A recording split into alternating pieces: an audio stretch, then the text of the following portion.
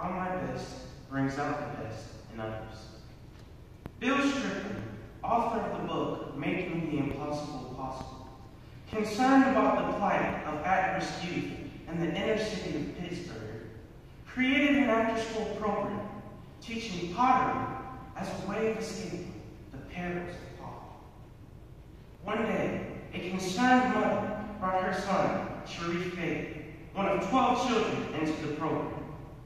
Day after day, Sharif slouched in a chair, uninterested and indifferent to the creativity that surrounded him.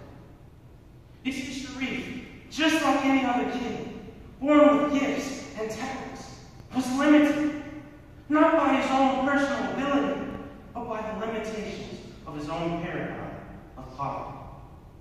Sharif's situation reminds me of an experiment I heard about in church. In this experiment, scientists put 10 fleas in a jar and screwed the lid on. Almost immediately, the fleas began to jump, attempting to get out of the jar. The next day, the scientists removed the lid, and not one flea jumped out of the jar. You see, although those same fleas had the ability to jump 36 inches, they were suppressed to a mere 8 inches. They had been conditioned by the limitations of the lid. And it seems that people are the same way. We start out young and confident, with dreams and aspirations of being rich and successful. But then we hear phrases such as, well, don't get your hopes up. Or even insults like, and then you woke up. We hear these types of criticisms from our teachers, our friends, and even our family. And before you know it, we are prisoners of our own environmental beliefs. Imagine this. The jar represents a person, and the fleas is innate potential. So the question is, how do we bring what's on the inside on the outside? How do we bring the best out of people? Well, for me, when I am at my best, I bring out the best. I'm at my best when I encourage others. It's something about seeing and appreciating the potential in others that sets the best of them free. As a JBQ coach, a junior Bible quiz coach for 6 to 10-year-olds, I witnessed the transformation of a young Caleb.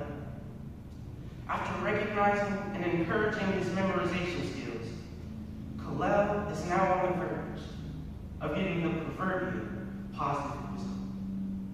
I'm at my best when I am challenging others. I believe that in order for one to realize your best, you must first see your best. It's like the devotional I once read about the story of an eagle that had been raised with chickens.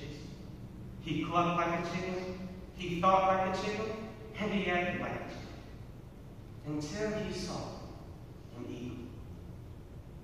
Now the story of the fleas does not end on the inside of the jar, but it ends on the outside of the jar. Because when scientists added fleas not conditioned by the lid, those fleas immediately jumped right out. Strangely enough, so did the conditioned fleas.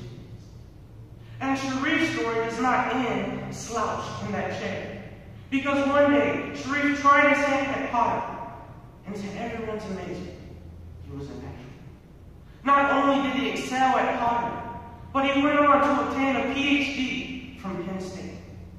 And today, he is now referred to as Dr. Sharif Bey, Professor of Art at Syracuse University. Now what about you? How many Sharifs are in your world?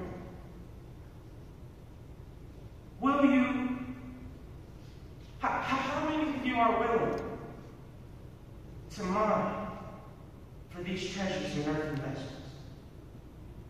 Will you assume the responsibility of always doing your best to bring out the